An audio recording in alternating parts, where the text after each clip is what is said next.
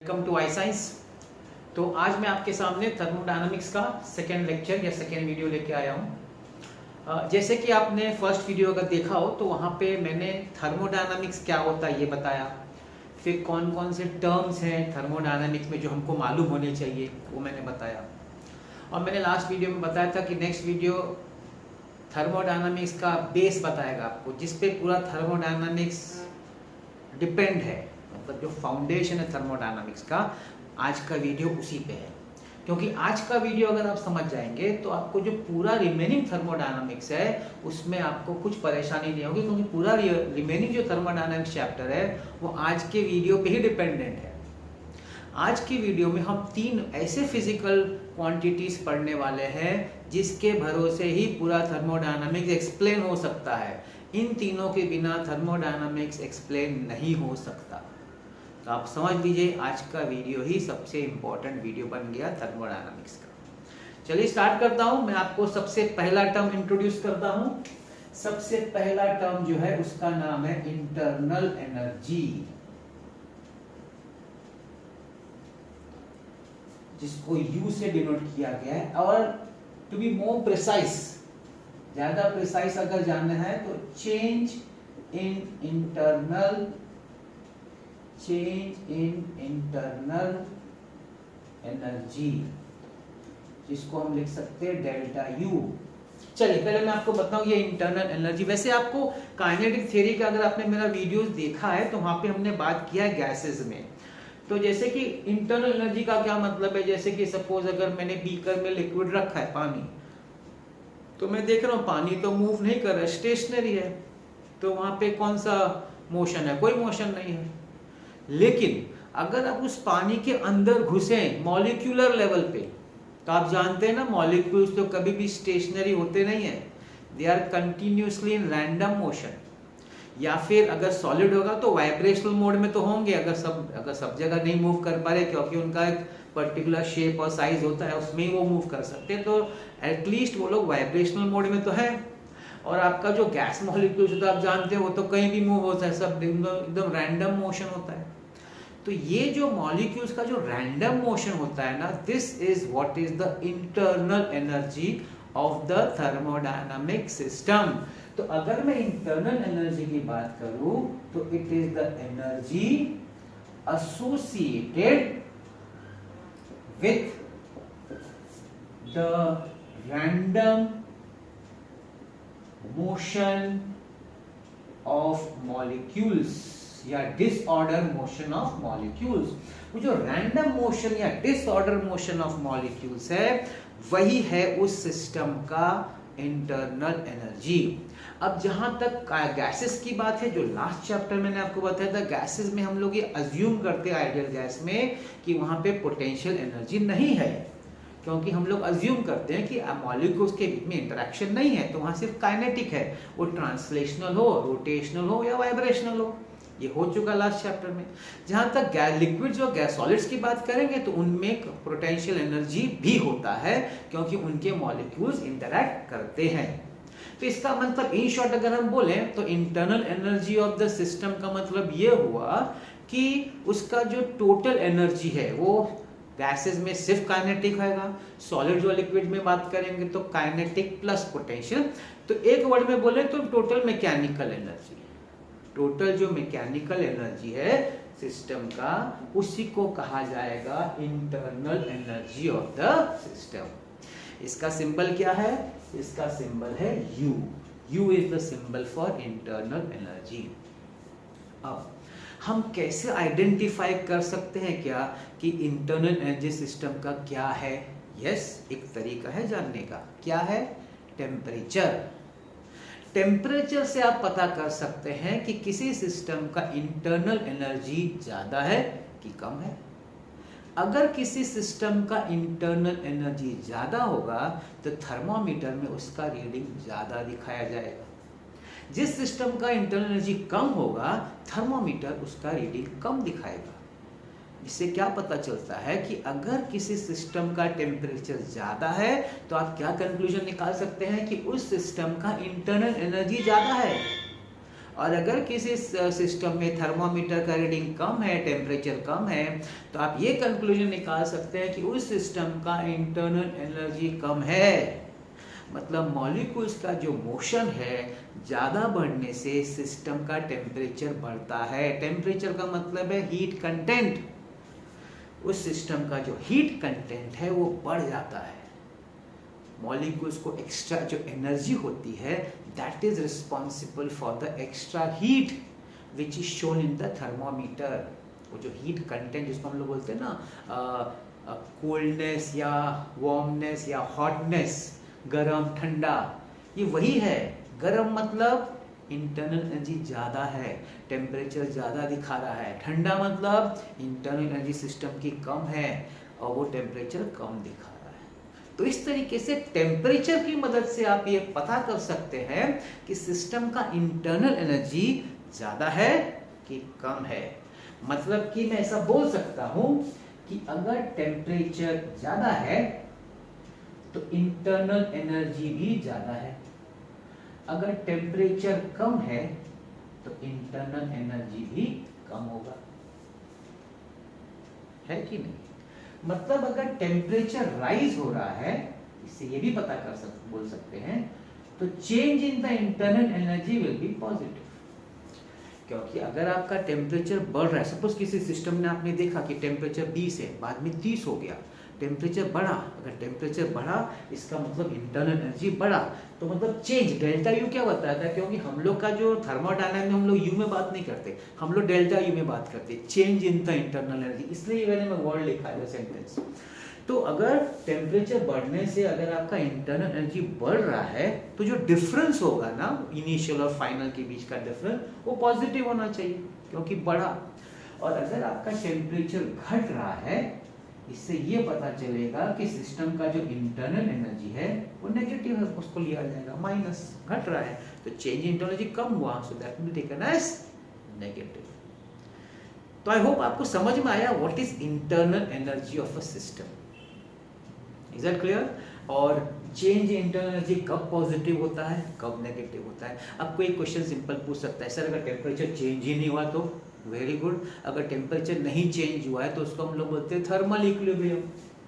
That is called as thermal equilibrium. तो thermal equilibrium में क्या होगा? There will be no change in temperature, delta T zero. तो अगर टेम्परेचर चेंज नहीं हो रहा तो what is the conclusion? Sir there will be no change in the internal energy, that will also be zero. That is right. अगर आपका system का temperature change नहीं हो रहा है तो आपका सिस्टम का इंटरनल एनर्जी भी चेंज नहीं होगा। तो पूरा का पूरा खेल या गेम किस पे है? टेम्परेचर पे है। टेम्परेचर एंड इंटरनल एनर्जी का आपस में एक बहुत स्ट्रांग रिलेशन है, वो दोनों एक दूसरे को कॉम्प्लीमेंट करते हैं। मतलब वो बोलता है इंटरनल टेम्परेचर मतलब मैं बढ़ेगा तो तू भी बढ़ेगा, मैं घटा दो तू भी घटा। मतलब टेम्परेचर बढ़ा तो इंटरनल एनर्जी बढ़ेगा, टेम्परेचर घटा तो इंटरनल एनर्जी भी घटता है। ये इस तरीके ये सिग्नल है, ये इंटरनल अपना सिग्नल देता है in the form of temperature.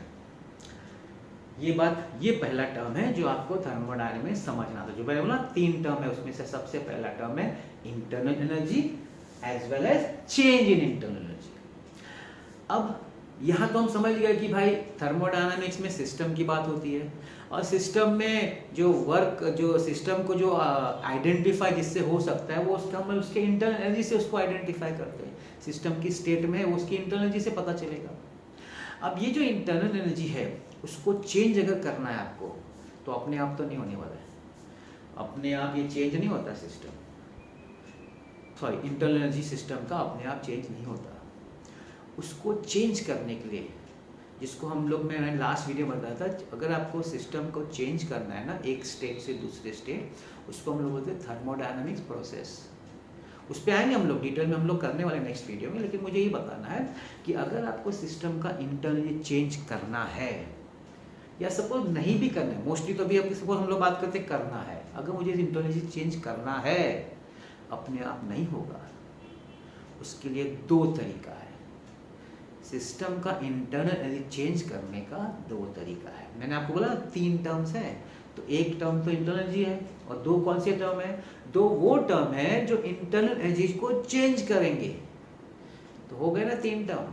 और यही 3 टर्म से आपका पूरा थर्मोडायनामिक्स चलता है। बिना ये 3 टर्म के थर्मोडायनामिक्स आप बात भी नहीं कर सकते, ऐसा है। तो अब मैं उस टर्म पे आ रहा हूँ जिससे आप इंटरनल एनर्जी सिस्टम का चेंज कर सकते हैं। कौन सा वो टर्म है? वो टर्म का नाम है हीट, जिसका सिंबल है Q। हीट। अब हीट क्या है? हीट इज, अगर सिंपल भाषा में बोलना हो, transfer of energy between system and surrounding due to temperature difference.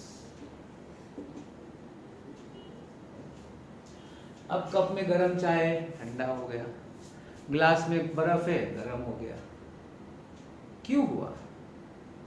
कुछ तो ट्रांसफर हुआ है ना सिस्टम और एनवायरनमेंट में। चाय तो क्या था? सिस्टम था, बाहर एनवायरनमेंट था। चाय ठंडा हो गया मतलब उसका टेम्परेचर कम हो गया, हीट कंटेंट, वो एनर्जी बाहर चली गई, उसकी जो अंदर वाली एनर्जी थी इंटरनल एनर्जी, उसकी गर्म था मतलब इंटरनल ज़्यादा थी, ठंडा हो गया मतलब एनर्जी कम हो गई, तो गई कहाँ? बाहर चली गई। बर्फ ठंडा था गर्म हो गया, ठंडा था तो इंटरनल कम थी, टेम्परेचर कम था इंटरनल कम थी, गर्म हो गया मतलब टेम्परेचर बढ़ गया मतलब इंटरनल बढ़ गई। कैसे बढ़ी? कुछ बाहर से अंदर आया होगा ना। ये जो ट्रांसफर हो रहा है ना सिस्टम का एनवायरनमेंट के साथ, अंदर या बाहर जो भी साइड आप लो, किस वजह से? Because of temperature difference. System और एनवायरनमेंट में जब टेम्परेचर डिफरेंस होता है तो एक चीज़ होती है जो ट्रांसफर होती है, या तो वो सिस्टम से एनवायरनमेंट में जाएगी या तो एनवायरनमेंट से सिस्टम में आएगी। ये जो चीज़ ट्रांसफर हो रही है ना, ये एक एनर्जी है और इस एनर्जी को हम बोलते हैं हीट। ये जो एनर्जी ट्रांसफर हो रही है ना सिस्टम से या एनवायरनमेंट में, एनवायरनमेंट सिस्टम में, उसको हम बोलते हैं हीट, डिनोटेड बाय Q। ठीक। अब लेट्स टेक एन एग्जांपल। ये आपका एक सिस्टम है। अब सिस्टम का, सपोज सिस्टम का हम टेम्परेचर सिंबल है ना TE ले लेते हैं, TS, टेम्परेचर ऑफ सिस्टम। और जब एनवायरनमेंट की बात करते हैं, एनवायरनमेंट, उसका टेम्परेचर हम बोले TE। तो TS का मतलब है temperature of the system, TE का मतलब है टेम्परेचर ऑफ एनवायरनमेंट। अब आप ये पहला केस ले लीजिए, case 1। Temperature of the system is greater than temperature of environment. मतलब इसका जो टेम्परेचर है ये TS है और बाहर एनवायरनमेंट का T है। इसका टेम्परेचर ज़्यादा है सिस्टम का और एनवायरनमेंट का टेम्परेचर कम है। अब क्या होगा? जब सिस्टम का एनवायरनमेंट टेम्परेचर ज़्यादा, एनवायरनमेंट का कम है, तो वो जो एनर्जी जो ट्रांसफ़र होती है ना, वो कहाँ से कहाँ ट्रांसफ़र होती है? वो ट्रांसफ़र होती है from a hot body to a cold body. मतलब फ्रॉम इस जगह पे जो हीट या एनर्जी जो ट्रांसफ़र होगी वो सिस्टम से एनवायरनमेंट में ट्रांसफ़र होगी। क्योंकि ये जो एनर्जी जो फ्लो होती है ना, it always flows from higher, जहाँ जिसका इंटरनल ज़्यादा है, टूवर्ड जिसका इंटरनल कम है। देखो वो बेसिक रूल है नेचर का। नेचर का क्या रूल है? हर एक चीज़ जो नेचर की है ना, वो चाहती है कि उसकी एनर्जी कम रहे। स्टेबिलिटी तभी आती है जब एनर्जी कम रहती है। तो जिसके पास ज़्यादा एनर्जी होती है ना, वो देता है उसको जिसके पास कम एनर्जी है। तो अगर ये चीज़ ज़्यादा गर्म है और ये चीज़ कम गर्म है, मतलब इसके पास ज़्यादा एनर्जी है, तो अपनी ज़्यादा एनर्जी उसको देती, किसको? बाजू वाले को, जो एनवायरनमेंट है। तो यहाँ पे आपका ये जो ट्रांसफ़र हो रहा है उसको हम लोग क्या बोलते हैं? उसको हम लोग हीट बोलते हैं। तो ये हीट ट्रांसफ़र हो रहा है सिस्टम से एनवायरनमेंट में। तो जब सिस्टम से एनवायरनमेंट में हीट ट्रांसफ़र होता है, उस समय उस हीट को हम लोग लेते हैं नेगेटिव, उसको हम लोग नेगेटिव कंसिडर करते हैं। That is considered as negative. अगर सिस्टम से बाहर चला गया एनर्जी, उसकी तो एनर्जी कम हो गई, तो हीट हम लोग किससे डिनोट करेंगे? Heat will be taken as negative. मतलब कि आपका जो इंटरनल एनर्जी है या टेम्परेचर ज़्यादा है और हीट ट्रांसफ़र हो रहा है, तो ऐसे हीट को हम लोग नेगेटिव हीट कंसिडर करेंगे। केस 2 ले लो। अभी तो आप समझ गए होंगे केस 2 में क्या होगा। सिस्टम का temperature is less than the environment. ये आपका सिस्टम है, ये आपका एनवायरनमेंट है। सिस्टम का टेम्परेचर कम है, एनवायरनमेंट का ज़्यादा है। अभी अगर एनवायरनमेंट का ज़्यादा है तो हीट कहाँ से और एनर्जी कहाँ से ट्रांसफर होगी? वो टेम्परेचर से अब सिस्टम में जाएगी। अब जब हीट सिस्टम में जा रहा है या एनर्जी सिस्टम में जा रही है, उस समय हीट को लिया जाएगा पॉजिटिव। अब यहाँ पे क्या हो रहा है? पहले केस में हीट बाहर जा रहा है तो इंटरनल एनर्जी घट रही है ना। तो देखिए ये मैं यहाँ लिख रहा हूँ, इंपॉर्टेंट चीजें मैं यहाँ लिख रहा हूँ क्योंकि इसको मैं कंबाइन, ये जो मैं भी सिखा रहा हूँ आपको 3 टर्म, उसको कंबाइन करके एक लॉ बनने वाला है, इसलिए यहाँ लिख रहा हूँ। क्या लिख रहा हूँ कि जब भी आपका डेल्टा यू नेगेटिव होता है, नेगेटिव मतलब यहाँ पे कम हो रहा है, जब यहाँ पे कम हो रहा है उस समय हम लोग Q को नेगेटिव समझते हैं। क्यों? क्योंकि Q बाहर जा रहा है। सिस्टम से जब हीट बाहर जाता है उसको नेगेटिव लिया जाता है, convention, it is a convention. और ये जब बाहर जा रहा है तो सिस्टम का टेम्परेचर क्या, इंटरनल एनर्जी क्या होगी? कम होगी ना, मतलब डिक्रीज। इंटरनल एनर्जी अगर घट रही है मतलब वो नेगेटिव में जा रहा है, टेम्परेचर घट रहा है मतलब ये केस हो गया। अब जब ये केस हो रहा है इसका मतलब है हीट बाहर जा रहा है तो वो हीट को नेगेटिव लिया जाएगा। जिस समय हीट अंदर आ रहा है तो सिस्टम का इंटरनल एनर्जी बढ़ जाएगा। अभी सिस्टम का इंटरनल एनर्जी अगर बढ़ेगा तो उस समय हीट को पॉजिटिव लिया जाता है, तो Q is taken as positive. I hope that is clear. तो हीट की मदद से, यहां मैं क्या समझाने की कोशिश कर रहा हूं, हीट की मदद से आप सिस्टम का इंटरनल एनर्जी चेंज कर सकते हैं।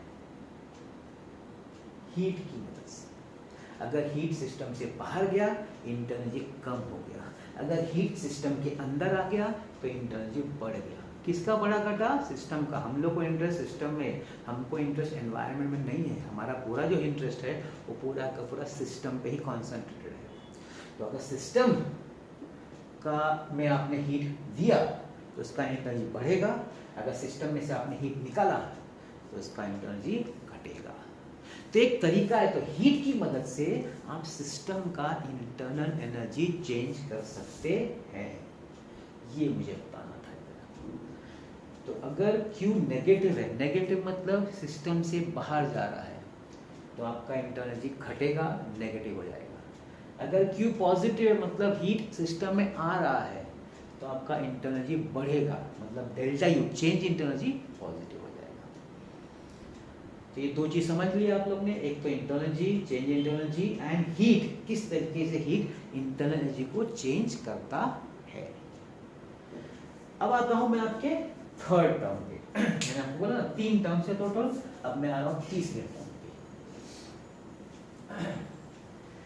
तीसरा टर्म वो है, मैंने बोला ना इंटरनल एनर्जी को चेंज करने के दो तरीके हैं। एक हीट से आप चेंज कर सकते हैं, और तीसरा, और जो दूसरा तरीका है वो थर्ड टर्म है अपना, and that is work done.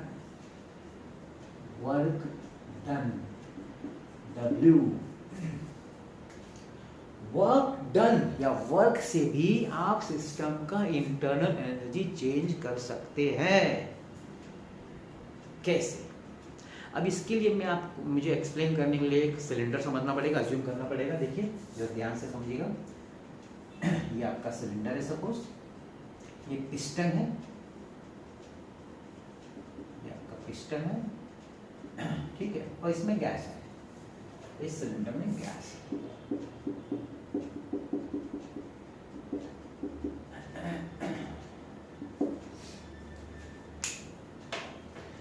अभी इसमें अज्यूम किया जाता है कि ये जो पिस्टन है ना वो मासलेस है और फ्रिक्शनलेस है, मतलब पिस्टन में मास नहीं है, पिस्टन में फ्रिक्शन भी नहीं है, एकदम स्मूथ मूव होता है, तो ये अप्लाई हो सकता है, नहीं तो अप्लाई नहीं होता है।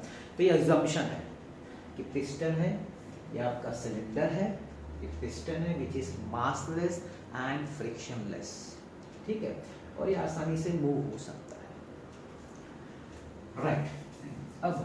अब मैं वर्क डन की बात कर रहा हूँ, वर्क डन। अभी वर्क डन दो तरीके से होता है, ये भी समझने की कोशिश करो। ये सपोज नॉर्मल कंडीशन है, नॉर्मल। अब मैं आपको दो कंडीशन अलग से फिगर ड्रॉ करके बताता हूँ।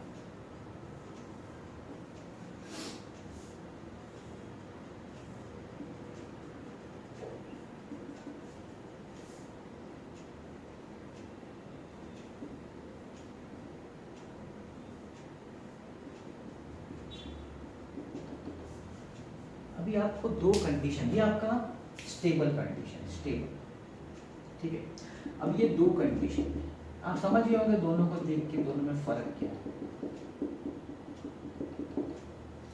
क्या फर्क है? ये आपका स्टेबल स्टैंडर्ड कंडीशन है, ये फर्स्ट और सेकंड कंडीशन। क्या है इसमें? इसमें क्या किया हमने, पिस्टन को पुश किया है, we have push the piston down. अब जैसे आपने पिस्टन को पुश किया तो ये कंप्रेशन हो गया, प्रेशर बढ़ गया, वॉल्यूम घट गया। इसमें हम लोग बोलते हैं work is done, because work, देखो वर्क का कंसेप्ट क्या है, जब आप फोर्स अप्लाई करते हैं और कोई बॉडी डिस्प्लेस होती है, तो यहाँ पे आपने फोर्स अप्लाई किया और इसमें डिस्प्लेसमेंट हुआ है ना, आपका पिस्टन डिस्प्लेस हुआ है। फोर्स अप्लाई करने से तो वर्क तो हुआ है। ये जो वर्क हुआ है वो किस पे हुआ है? वो सिस्टम पे हुआ है। तो here work is done on the system. यहाँ क्या हो रहा है? यहाँ पे आपका पिस्टन ऊपर की तरफ पुश हो रहा है। पिस्टन ऊपर कौन पुश कर रहा होगा? गैस मॉलिक्यूल्स कर रहा होगा ना, मॉलिक्यूल सिस्टम का कर रहा होगा। तो यहाँ पे क्या है? Work is done by the system. पहले दोनों के बीच में फर्क समझिए, उसके आगे मैं समझा पाऊंगा। तो यहाँ पे पिस्टन पुश कर रहा है, प्रेशर बढ़ा के वॉल्यूम घटा रहा है। यहाँ पे सिस्टम पुश कर रहा है, वॉल्यूम एक्सपैंड हो रहा है, मतलब एक्सपांशन का वॉल्यूम बढ़ रहा है, प्रेशर घट रहा है। तो यह बोलते हैं कि work is done on the system. ये work is done by the system. Now when work is done on the system, इस वर्क को नेगेटिव माना जाता है कन्वेंशन के हिसाब से, और जब सिस्टम खुद वर्क करता है उस वर्क को पॉजिटिव माना जाता है। जब सिस्टम वर्क करेगा उस वर्क को हम पॉजिटिव समझेंगे, जब सिस्टम पे वर्क होगा उसको हम नेगेटिव समझेंगे। ये क्लियर हुआ? वर्क का कंसेप्ट समझ लिया? तो वर्क दो तरीके से हो सकता है सिस्टम, या तो सिस्टम के ऊपर वर्क हो या सिस्टम खुद वर्क करे। तो जब सिस्टम के ऊपर वर्क होता है तो वर्क नेगेटिव माना जाता है, और जब सिस्टम खुद वर्क करता है तो वर्क पॉजिटिव माना जाता है। अब मैं आता हूं कि ये वर्क सिस्टम का इंटरनल, क्योंकि अपना फाइनल एम क्या? Internal energy. ये वर्क सिस्टम के इंटरनल एनर्जी को कैसे असर करता है, इस पे डिस्कशन करना है। तो सुनिए, जब आप वर्क सिस्टम के ऊपर करेंगे, जरा ध्यान से सोचिएगा इसको अच्छी तरीके से। मैं आपको थोड़ा अलग से इसको डायग्रामेटिकली समझाने की कोशिश करता हूँ। ये आपका पिस्टन, अब आप ये पिस्टन को पुश करें, ये कैसे? इसको ऐसा घुमा दिया, पिस्टन को पुश करें। जब पुश करें तो एक मॉलिक्यूल, इसको सपोज एक मॉलिक्यूल में ले रहा हूँ जो आके टकरा रहा है पिस्टन से, क्या होगा? जब ये मॉलिक्यूल आके पिस्टन से टकराएगा और पिस्टन पुश कर रहा है तो पिस्टन का जो वर्क हो रहा है वो, आपने पढ़ा है ना वर्क एनर्जी प्रिंसिपल, जो वर्क होता है वो एनर्जी में कन्वर्ट हो जाता है, that is work energy principal. तो ये पिस्टन क्या करता है? वर्क करके अपनी एनर्जी इस मॉलिक्यूल को देता है। मॉलिक्यूल को एनर्जी मिली, क्या होगा? उसका मोशन बढ़ जाएगा, रैंडम मोशन है, वेलोसिटी बढ़ेगा, उसका पोटेंशियल एनर्जी तो वो बढ़ जाएगा, मतलब मैकेनिकल एनर्जी बढ़ेगा। मेरी बात समझने की कोशिश करिए। जब आप इस पिस्टन को पुश कर रहे हैं, जो मॉलिक्यूल्स इस पिस्टन से टकराएंगे वो बहुत सारे करोड़ों मॉलिक्यूल्स होंगे, उन सबको पिस्टन से एनर्जी मिलेगी। एनर्जी मिली मतलब इंटरनल एनर्जी बढ़ गई। Please understand this. जब आपने पिस्टन को पुश किया, पिस्टन ने अपना वर्क करके एनर्जी ट्रांसफर किया मॉलिक्यूल्स को, जो उसके साथ कोलाइड हो रहे हैं, उनका मोमेंटम बढ़ा, उसका वेलोसिटी बढ़ा, टोटल एनर्जी बढ़ा। कौन सा एनर्जी? Internal energy. यहाँ पे क्या हो रहा है? इस जगह पे इंटरनल एनर्जी बढ़ रहा है जब पुश अंदर की तरफ हो रहा है। अब बात करते हैं जब पुश बाहर की तरफ जा रहा है। ये डायग्राम से एक्सप्लेन करो। अब ये सपोज बाहर जा रहा है, ये वाला केस, अगर ये बाहर जा रहा है क्यों, कौन कर रहा होगा काम? ये काम तो मॉलिक्यूल को करना पड़ेगा, सिस्टम को करना, अपने आप तो बाहर नहीं जाएगा सिस्टम को। तो सिस्टम कैसे करेगा? ये जहाँ यहाँ जो मॉलिक्यूल को पहले केस में जो पिस्टन ने एनर्जी दिया था, अब मॉलिक्यूल एनर्जी देगा पिस्टन को, तो ही तो पिस्टन बाहर जाएगा ना। अगर पिस्टन को बाहर जाना है ऊपर इधर बाहर की तरफ, तो एनर्जी किसी को तो देना पड़ेगा, तो कौन देगा? मॉलिक्यूल देगा। अगर मॉलिक्यूल अपनी एनर्जी दे देगा पिस्टन को उसको पुश करने के लिए, तो खुद का एनर्जी क्या हो गया? कम हो गया। तो मॉलिक्यूल का अगर एनर्जी कम हो रहा है मतलब उसकी इंटरनल एनर्जी घट गई। तो इस केस में इंटरनल एनर्जी नेगेटिव हो गई। प्लीज अंडरस्टैंड, ये ही समझना आपको, ये कंसेप्ट मतलब 1, 2 और 3। तीसरा कंसेप्ट क्या बोलता है? तीसरा कंसेप्ट बोलता है कि जब वर्क नेगेटिव है उस समय change in internal energy positive, और जब वर्क पॉजिटिव है तो change in internal energy negative. इन तीनों को समझ गए तो मैं आपको लॉ को इंट्रोड्यूस करूंगा। तो ये तीसरा आपको समझना है। एक बार चलिए तो अभी बोल देता हूँ। एक आपका सिलेंडर है, पिस्टन है और सिस्टम है, गैस मॉलिक्यूल्स। अगर आप इसको कंप्रेस करते हैं पिस्टन को, मतलब you are doing work on the system, तो सिस्टम का मॉलिक्यूल्स का एनर्जी बढ़ जाता है, उनको पिस्टन से मिलता है। एनर्जी बढ़ा मतलब इंटरनल एनर्जी बढ़ गया, तो चेंज इन एनर्जी पॉजिटिव हुआ। मगर इस वर्क डन को हम लोग नेगेटिव समझते हैं, याद रखना, ये करना ही चाहिए। If you are doing work on the system, work done is negative. तो जब वर्क डन नेगेटिव है तो चेंज इन एनर्जी पॉजिटिव बन जाती है। और उसका उल्टा, अगर पिस्टन ऊपर की तरफ जा रहा है मतलब मॉलिक्यूल्स पुश कर रहा है, मतलब सिस्टम वर्क कर रहा है।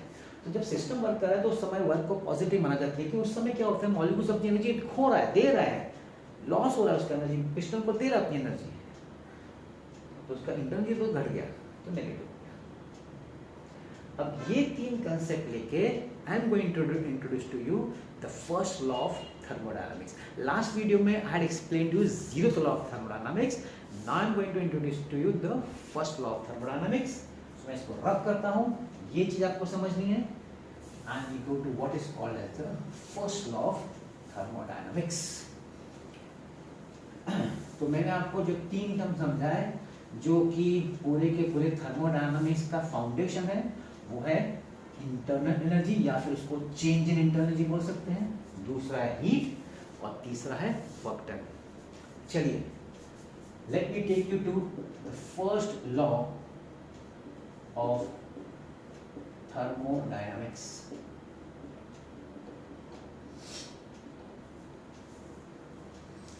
तो 3 चीज है अपने पास, change in internal energy, heat and work done. Suppose work done नहीं हो रहा है, सपोज वर्क डन 0 है, तो सिर्फ हीट का ही हो रहा है, हीट प्रोवाइड हो रहा है, हीट निकाल दो, हीट के हिसाब से है और उसके हिसाब से आप इंटरनल चेंज कर रहे हैं। तो आप क्या देखते हैं कि जब हीट पॉजिटिव है तो इंटरनल चेंज एनर्जी पॉजिटिव है, सॉरी नेगेटिव। अगर हीट पॉजिटिव है तो चेंज एनर्जी पॉजिटिव है, अगर हीट नेगेटिव है तो चेंज एनर्जी भी नेगेटिव है। तो आप बोल सकते हैं कि भाई डेल्टा यू जो है it is equal to Q, assuming that there is no work done. ठीक है। दूसरा, सपोज क्यू इज 0, मतलब क्यू 0 अभी सिर्फ वर्क डन ही हो रहा है। तो अगर सिर्फ वर्क डन हो रहा है तो अगर वर्क डन नेगेटिव है तो चेंज इन एनर्जी पॉजिटिव है, और अगर वर्क डन पॉजिटिव है तो चेंज इन एनर्जी नेगेटिव, उल्टा है। तो यहाँ पे आप बोल सकते हैं कि delta U is equal to minus W, क्योंकि माइनस की उल्टा काम है, एक पॉजिटिव है तो दूसरा नेगेटिव है। तो W इक्वल टू 0 से अपने को ये रिलेशन मिला, Q इक्वल टू 0 से ये रिलेशन मिला। अगर ये 0 नहीं है तो दोनों कंबाइन करके मिलता है delta U is equal to Q minus W। This is the statement of the first law of thermodynamics. इसको कई लोग ऐसे भी लिखते हैं और Q को लिखते हैं, Q is equal to delta U plus W। I prefer this better, this is much better because this shows कि आपका इंटरनल जो चेंज हो रहा है that is because of 2 things, and that is one is the heat transfer and the other is the work done. That is what is the statement of the first law of thermodynamics. आप इस मतलब text book में statement दिया नहीं है, लेकिन आप ये इक्वेशन देख के बोल सकते हैं फर्स्ट लॉ। क्या बोल सकते हैं?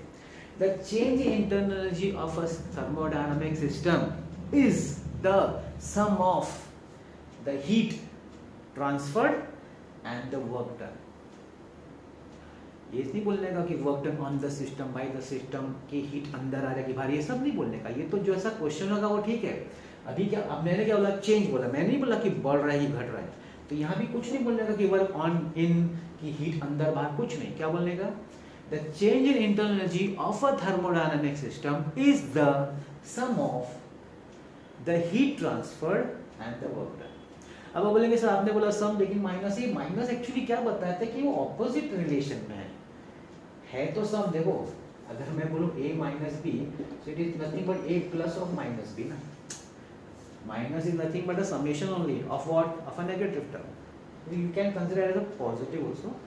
इस तरीके से ये आपका बन गया फर्स्ट लॉ ऑफ थर्मोडायनामिक्स। तो फर्स्ट लॉ ऑफ थर्मोडायनामिक्स समझने के लिए आपको चेंज इन इंटरनल समझना चाहिए, आपको हीट ट्रांसफर समझ में आना चाहिए और आपको वर्क डन समझ में आना चाहिए, जो मैंने यहाँ पे शॉर्ट्स में लिखा था और यहाँ पे उसको आपको एक्सप्लेन किया। अगर मैं शॉर्ट छोटा सा एग्जांपल लूँ है ना समझने के लिए, सपोज सिस्टम है ना, और सपोज यहाँ से आपका Q है 200 जूल, ये वर्क डन है 100 जूल। अब मुझे बताइए डेल्टा U कितना होगा। अब आप यहाँ, अभी आपका फॉर्मूला तो ये होगा ना, delta U is equal to Q minus W। अब आपका Q बाहर निकल रहा है, जब हीट बाहर निकलती है ना सिस्टम के तो माइनस लिया जाता है, तो आप यहाँ लिखेंगे माइनस 200। वर्क डन सिस्टम पे हो रहा है, वर्क डन सिस्टम पे हो रहा है, और वर्क डन सिस्टम पे हो रहा है तो वो भी माइनस लिया जाएगा, तो that is minus 100। So minus 200 plus 100 that is minus 100 joule. मतलब डेल्टा यू नेगेटिव आएगा, मतलब इंटरनल क्या हो गई, घट गई। अगर सिस्टम में से हीट ट्रांसफर हुआ 200 जूल का और सिस्टम पे 100 जूल का वर्क हो रहा है, तो सिस्टम का इंटरनल एनर्जी 100 जूल से घट गया। दूसरा केस, सेम सिस्टम, उल्टा direction, Q is 200 joules, work done is 100 joules, लेकिन अभी उल्टा डायरेक्शन। उल्टा मतलब हीट अंदर जा रहा है सिस्टम और सिस्टम वर्क कर रहा है बाहर की तरफ, मतलब सिस्टम वर्क कर रहा है। तो ये delta U is equal to Q minus W। अगर सिस्टम के अंदर हीट जा रहा है तो पॉजिटिव है, तो ये 200 पॉजिटिव। सिस्टम वर्क कर रहा है तो ये भी पॉजिटिव है, तो ये पॉजिटिव 100। सो 200 माइनस 100, मतलब इस केस में सिस्टम का जो इंटरनल एनर्जी वो बढ़ गया। कितने से बढ़ गया, 100 जूल से बढ़ गया। I hope you are getting the point. अगर इसको चेंज कर दूं, एक और last case, Q is 200 joules, work done is also 200 joules. लो दोनों 200 है, मतलब सिस्टम के अंदर 200 जूल हीट जा रहा है और सिस्टम 200 जूल का वर्क कर रहा है। तो what is the change in internal energy, delta U। अंदर जा रहा हीट तो पॉजिटिव, सिस्टम वर्क कर रहा है तो भी positive. 200 minus 200 zero, no change in the internal energy, there is no change in the inter when same amount of heat is given to the system and same amount of work is done by the system। अगर ऐसा case हो जाएगा तो system का internal energy का change नहीं होता, there is no change in the internal energy of the system। so this is about the first law of thermodynamics, very important, क्योंकि इसका बहुत सारा अभी हम लोग आगे पढ़ेंगे ना, प्रोसेसेस तो बहुत सारे प्रोसेस है थर्मोडायनामिक्स, ये सब इसी पे चलेगा, पूरा का पूरा इस पे चलेगा। फिर जो हम लोग रेफ्रिजरेटर पढ़ेंगे और हीट इंजन पढ़ेंगे, वो सब भी यही रिलेशन यूज करने वाले। फिर सेकंड लॉ ऑफ थर्मोडायनामिक्स जब जाएंगे तो भी इसका कंसेप्ट बोला जाएगा। मतलब मैंने क्या बोला, इसी पे आपका पूरा थर्मोडायनामिक्स है, इस रिलेशन। तो एक मैं बहुत इंपॉर्टेंट चीज आपको बताइए। अब मैं आपको एक डेरिवेशन बताने वाला हूँ, किसका, वर्क डन का। ये जो वर्क डन होता है ना, उसका एक फॉर्मूला है। सिर्फ वर्क डन कैसे निकालेगा, देखो हीट बता सकते हैं इतना हीट आया गया, चेंज इन एनर्जी हमको निकालना है। वर्क डन कैसे करेंगे, कुछ तो फॉर्मूला होना चाहिए ना, वर्क डन कैसे कैलकुलेट करेंगे, उसका एक फॉर्मूला है जो मैं डिराइव करूंगा हम लोग देखते हैं उसका डेरिवेशन, वो फॉर्मूला जो डिराइव होगा वो यूज होगा इस जगह पे, बस इतना ही मुझे बताना है। So let's see that how you derive, बहुत सिंपल डेरिवेशन है, वर्क डन का जो फॉर्मूला है डेरिवेशन का वो हम लोग देख लेते हैं।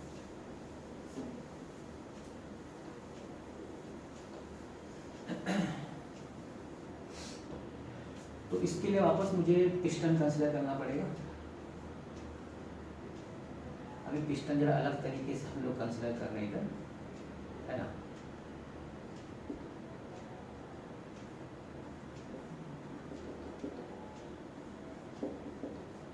ये पूरा आपका सिलेंडर है, बीच में मैंने क्रॉस सेक्शनल एरिया बताया, इसका पूरा सेम है, सिलेंड्रिकल है ये, और एक क्रॉस सेक्शनल एरिया ए है, ये आपका पिस्टन है, ठीक है। और अंदर मॉलिक्यूल्स है,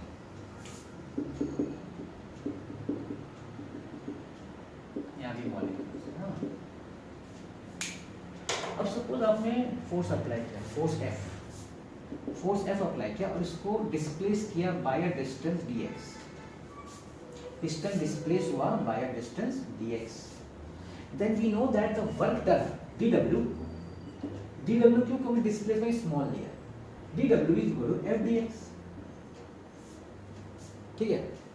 work done will be force into displacement. Now force is equal to do you know it's equal to pressure into area, मालूम होगा pressure is equal to force upon area, so it is pressure into area। ये चीज मैंने आपको और भी जगह सिखाई, लाप्लास फॉर्मूला याद करिए सरफेस टेंशन में, ये यूज हुआ, ठीक है। force is equal to suppose pressure is P and area cross section area A है, इसको मैं सब्स्टिट्यूट करता हूँ, dw is equal to f की जगह पे सब्स्टिट्यूट करना है PA dx। Now, area of cross section into the length. Area of cross section into the length will give you the change in the volume. ये आपका cross sectional area है और ये चेंज इन द लेंथ है, उसको multiply करेंगे, area into length gives you volume, but this is change in length, so this will give change in volume, so this will be dw is equal to pdv। Now, if I want to find the total volume, so total work done, तो ये total work done जो होगा वो धीरे धीरे होगा, step wise होगा। सो जब चीज़ें स्टेप वाइज ऐड होती है कंटिन्यूसली, तो कैसे ऐड होती है, with the help of integration. यहाँ पे मुझे इंटीग्रेट करना पड़ेगा dw फ्रॉम, लेट्स से उसका इनिशियल वॉल्यूम है vi up to final volume vf, starting में वॉल्यूम vi है और मैं घटते घटते vf हो जाएगा सपोज, तो इनिशियल से फाइनल तक ऐड करना है, dw में सब्स्टिट्यूट करता हूँ, vi vf dw की जगह pdv, अभी p तो भाई कांस्टेंट है, बाहर आ जाएगा, dv vi to vf। What is integration dx? x, so integration dv v p v vi vf। अब जो उनको इंटीग्रेशन आता है डेफिनेट मालूम है ना, पहले अपर लिमिट सब्स्टिट्यूट करने का minus lower limit, so this is vf minus vi। So that's your total formula for work done. Please understand. This is your formula for work done. Work done is equal to P, बहुत बार लोग ये भी use करते हैं, PdV भी use होता है, dw that is used, हम लोग सम्स में देखेंगे कहाँ ये यूज होता है, मगर जनरली ये यूज होता है। BM अगर आपको फाइनल और इनिशियल वॉल्यूम दिया है तो will go with this formula, अगर चेंज इन वॉल्यूम दिया तो will go with this, otherwise हम लोग ये फॉर्मूला करते हैं, ठीक है। तो ये आपका डेरिवेशन था, बड़ा सिंपल डेरिवेशन है, इसमें कुछ खास नहीं। ये जो वर्क का फॉर्मूला है ना, इसको मैं आपको ग्राफिकली बताता हूँ भाई, पीवी डायग्राम। याद करिए लास्ट वीडियो में मैंने आपको इंट्रोड्यूस किया था पीवी डायग्राम, ग्राफिकल जो मैंने जब आपको स्टेट वेरिएबल सिखाया था उसमें पीवी इक्वल एनआरटी इक्वेशन दिया था, तो उसमें मैंने आपको बताया था पीवी डायग्राम भी है जो ग्राफिकली रिप्रेजेंट हो सकता है फॉर आइडियल गैसेस। तो ये जो वर्क डन है, जो मुझे फॉर्मूला आया है, इसको हम लोग पीवी डायग्राम में कैसे समझ सकते हैं वो मैं आपको बताने वाला हूँ। तो आई होप आपको ये डेरिवेशन समझ में आ गया है।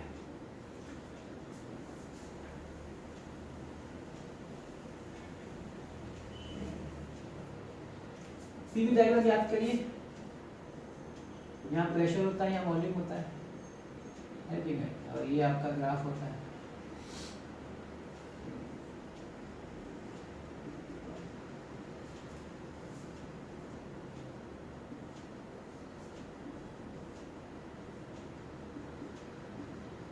मैंने 4 ग्राफ बनाए, 4 ग्राफ, सब पीवी डायग्राम से है।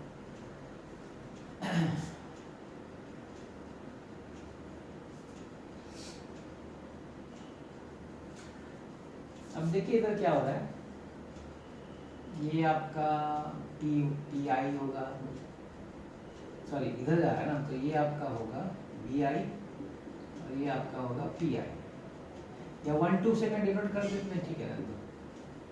और ये आपका होगा पी एफ और ये होगा आपका वी एफ। अब ये एरो क्या बता रहा है मालूम है, कि मेरा जो सिस्टम है ना वो ऊपर की तरफ ग्राफ शिफ्ट हो रहा है, मतलब उसका प्रेशर, देखो प्रेशर क्या हो रहा है, प्रेशर बढ़ रहा है, और वॉल्यूम क्या हो रहा है, वॉल्यूम घट रहा है। वॉल्यूम घट रहा है, प्रेशर बढ़ रहा है, मतलब work is done on the system. Please understand, pressure बढ़ रहा है और वॉल्यूम घट रहा है इस एरो के हिसाब से। तो अगर प्रेशर बढ़ रहा है, वॉल्यूम घट रहा है, मतलब सिस्टम पे वर्क हो रहा है। तो यहाँ पे जो वर्क डन है, which is given that by that formula of integration V I to V F D V is negative, because work is done on the system. अब यहाँ देखिए एरो ऐसा है, अभी एरो नीचे की तरफ दिखा रहा है, मतलब क्या हो गया कि आपका प्रेशर घट रहा है और वॉल्यूम बढ़ रहा है। प्रेशर घट रहा है, रिड्यूस हो रहा है, वॉल्यूम बढ़ रहा है, तो मतलब एक्सपेंशन हो रहा है, work is done by the system. If work is done by the system, in this case work done is positive, है कि नहीं। अब यहां देखिए, यहाँ पे आपका प्रेशर कांस्टेंट है, there is no change in pressure, parallel मतलब नो चेंज इन प्रेशर, लेकिन वॉल्यूम बढ़ रहा है। वॉल्यूम अगर बढ़ रहा है, इसका मतलब है, याद रखिएगा, वॉल्यूम बढ़ना मतलब work is done by the system, work is positive, तो यहाँ पे भी वर्क पॉजिटिव हो गया। Now can you tell me what will happen over here? Think about this. अगर volume constant, there is no change in volume, volume change ही नहीं हो रहा है, देखो ना constant line, parallel to Y axis, मतलब v का वैल्यू कांस्टेंट है, मतलब वॉल्यूम चेंज नहीं हो रहा है। सो अगर वॉल्यूम चेंज नहीं हो, दो work done, work will be done only if there is a change in volume, क्योंकि अभी मैंने आपको थोड़ी देर पहले डेरिवेशन बताया था, F D X P A D X, और फिर बोला था A D X is nothing but change in volume, volume has to change. अगर वॉल्यूम चेंज नहीं होगा तो ये पार्ट जीरो हो जाएगा, अगर ये पार्ट जीरो हो जाएगा तो वर्क डन जीरो हो जाएगा। तो अगर ऐसा कभी ग्राफ दिखे तो समझ लेना इस केस में work done is zero, simple. तो this is PV diagram, pressure volume diagram की मदद से आप पता कर सकते हैं कि आपका वर्क डन पॉजिटिव है, नेगेटिव है कि जीरो है। आप पूछें कैसे सर, बड़ा सिंपल है, इंटीग्रेशन इनको मालूम है। What is the area under the curve? Area under the curve, याद करो जो लोग इंटीग्रेशन स्टूडेंट्स हैं, area under the curve, area under the curve is nothing but the work done, integration. अगर आप इसकी एरिया निकाल लेंगे तो वही तो आपको इंटीग्रेशन देगा, वर्क डन देगा, simple, that is the basic. जिन लोगों ने डेफिनेट इंटीग्रेशन किया उनको पता है, उनको टॉपिक है area under the curve is nothing but integrate, but definite integration से तो मिलता है अपने को एरिया अंडर द कर्व। ये definite integration nothing but area under the curve which is work done, तो this is representing nothing but area under the curve. तो curve वाला है तो एरिया निकालेंगे, अगर सिंपल ऐसा तो आपको इंटीग्रेशन नहीं भी करेंगे, आप लेंथ इनटू ब्रेड्थ करेंगे ना रेक्टेंगल का फॉर्मूला, तो भी आप इसको डायरेक्टली वर्क डन निकाल सकते हैं बिना इंटीग्रेशन के इधर, क्योंकि ये आपका ज्योमेट्रिकल शेप है, ये कर्व शेप है ना, तो आपको इसमें इंटीग्रेशन तो लगेगा, सॉल्व करना है न्यूमेरिकल्स में। तो आई होप आपको आज का लेक्चर इंटरेस्टिंग लगा होगा, और जैसे मैंने बोला ये बेस है आपका, तो I have explain to that main topic. अभी ये थोड़ा सा वर्क डन पे और भी स्टडी है थोड़ा, नेक्स्ट लेक्चर में, नेक्स्ट वीडियो में, यहाँ पे हम प्रोसेस के बारे में पढ़ेंगे, तो उधर भी आपका आने वाला है वर्क डन और ये सब ग्राफ्स आएंगे। फिर अलग अलग प्रोसेस भी पढ़ने वाले हैं, रिवर्सिबल, इरिवर्सिबल, बहुत सारे प्रोसेसेस हैं, उसे ही पढ़ेंगे। प्रोसेस होने के बाद will come to the applications, applications के बाद will have second law of thermodynamics. तो इस तरीके से we are going to proceed. इसमें एक क्वेश्चन ऐसे सम्स तो बड़ी इजी है, सम्स सब इसी के पता है किस पे, delta U is equal to Q minus W, तो ये है, और दूसरा ये वर्क डन वाला ही फॉर्मूला। लेकिन एक मेरे को इंटरेस्टिंग सम ना सॉल्ट एग्जाम्पल में लगा, थोड़ा सा हटके है, वो मैं लिखता हूँ, आप देखिएगा थोड़ा सा हटके कैसे, वो हम लोग जब देखेंगे तो आपको समझ में आएगा। वो मैं सॉल्व, और इसके अनसॉल्व इस टॉपिक पे इजी डायरेक्ट है तो मैं नहीं कर रहा हूँ, लेकिन सॉल्व एग्जाम मुझे अलग लगा, तो लेट्स डू इट। सो आपके सामने ये सम है, सॉल्व एग्जाम्पल है। 1 kg ऑफ लिक्विड वाटर, मतलब मास ऑफ वाटर दिया हुआ है 1 kg, is boiled at 100 degree and is converted into steam.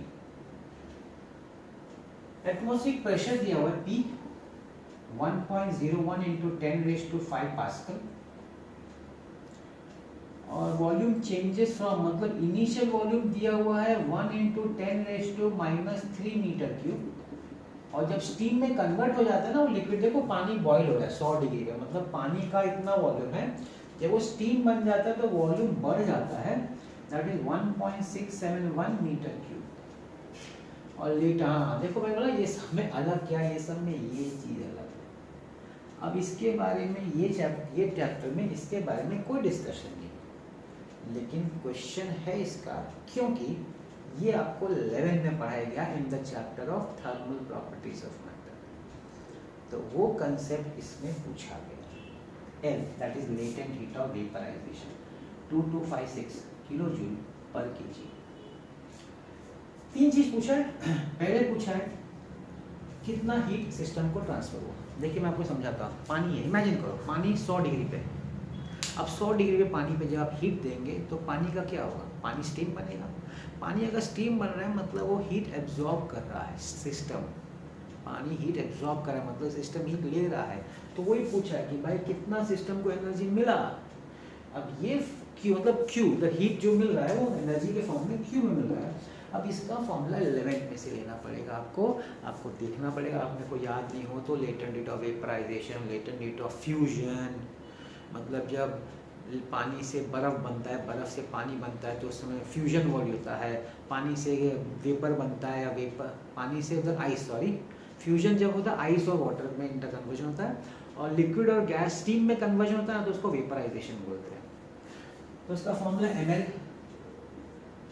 मास है 1, लेटेंट हीट ऑफ वेपराइजेशन है 2256, तो हो जाएगा 2256 किलो जूल। लो पहला आंसर हो गया। अगर आपको ये फॉर्मूला आता है तो पहला आंसर तो हो गया। Second, work done W, pressure into change in volume. तो प्रेशर तो दिया उन्होंने 1.01 इंटू 10⁵, चेंज इन वॉल्यूम का मतलब फाइनल माइनस इनिशियल। अभी फाइनल क्या है इसमें सर, फाइनल वॉल्यूम तो ये है 1.671 माइनस इनिशियल वॉल्यूम ये है 10⁻⁻3। अब इसको सॉल्व करने का, तो जब आप सॉल्व करेंगे तो मैं आपको आंसर बता देता हूँ 1.69 इंटू 10⁵ जूल। अभी किलो जूल में इसको किलो में लिखना है तो इसका 10⁵ के 2 यहाँ ले आओ, 169 into 10⁵ joule, so this can be 169 kilo joule. लो सेकेंड आंसर। अब थर्ड आंसर तो आपको first law of thermodynamics use करने का, delta U is equal to Q minus W। अभी Q सिस्टम को मिला है, पॉजिटिव की नेगेटिव, पॉजिटिव 2256 माइनस। अब वर्क डन तो हमको पॉजिटिव आया है, क्यों? क्योंकि वॉल्यूम बढ़ा है। वॉल्यूम बढ़ा, देखो एक चीज समझो, वॉल्यूम बढ़ा ना, वॉल्यूम बढ़ा मतलब सिस्टम ने वर्क किया है, वॉल्यूम बढ़ा मतलब सिस्टम ने वर्क किया, work done is positive. Volume घटा मतलब सिस्टम के वर्क हुआ है तो वर्क डन नेगेटिव। तो वर्क डन पॉजिटिव है तो पॉजिटिव साइन के साथ वर्क डन लिखने का 169। तो ये 2256 माइनस 169 हो जाता है ना, तो इसको सॉल्व करेंगे तो कितना आएगा 2096। इसे 2096 नहीं 6 देख ना, यहाँ शायद मैं थोड़ा 2256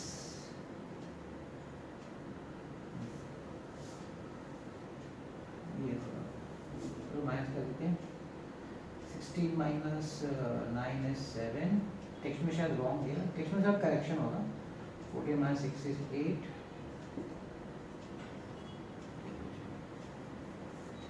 टेक्स्ट में थोड़ा करेक्शन होगा तो इट्स ओके। यहाँ पे 56 है जबकि यहाँ पर उन्होंने 65 ले लिया, दैट्स ओके। कंसेप्ट आपको समझ में आना चाहिए, बड़ा सिंपल है, ये 11th का है ये अभी अभी पता है डेरिवेशन, और आपको Q और W मिल गया तो फर्स्ट ऑफ थर्मोडायनामिक्स करो, आपको डेल्टा मिल जाएगा। और जो अनसॉल्व है ना वैसे ही वैसे इसी पैसे Q दिया W दिया U डेल्टा पूछा है, डेल्टा दिया Q दिया W पूछा है, 1 2 दिया। लेकिन एक चीज़ याद रखना, आपको साइन बराबर आना चाहिए, मतलब Q सिस्टम में आया कि बाहर गया, उसके हिसाब से प्लस माइनस लेने का। और वर्क डन सिस्टम ने किया कि सिस्टम पे किया, उसके हिसाब से। देखो ऐसा मतलब माइनस साइन ऑलरेडी है, माइनस साइन तो फॉर्मूला क्या डेरिवेशन है, लेकिन W और Q का फिर खुद का भी साइन है, डिपेंडिंग ऑन वो Q अंदर है कि बाहर जा रहा है उसके हिसाब से, और वर्क डन सिस्टम पे हो रहा है कि बाय द सिस्टम हो रहा है, उसके हिसाब से उनका अलग से साइन डालना पड़ता है, समझे, उसका ध्यान। आज मैंने बहुत इंपॉर्टेंट टॉपिक करा आपको, ये समझेगा रिमेनिंग थर्मोडायनामिक्स आपके लिए बड़ा स्मूथ जाने वाला है। तो आज का वीडियो मैं यहाँ पे एंड करता हूँ, और मैं वही बोलता हूँ कि अगर आपको समझाया अच्छी तरीके से तो please don't forget to like share and subscribe, and thank you so much for watching this video.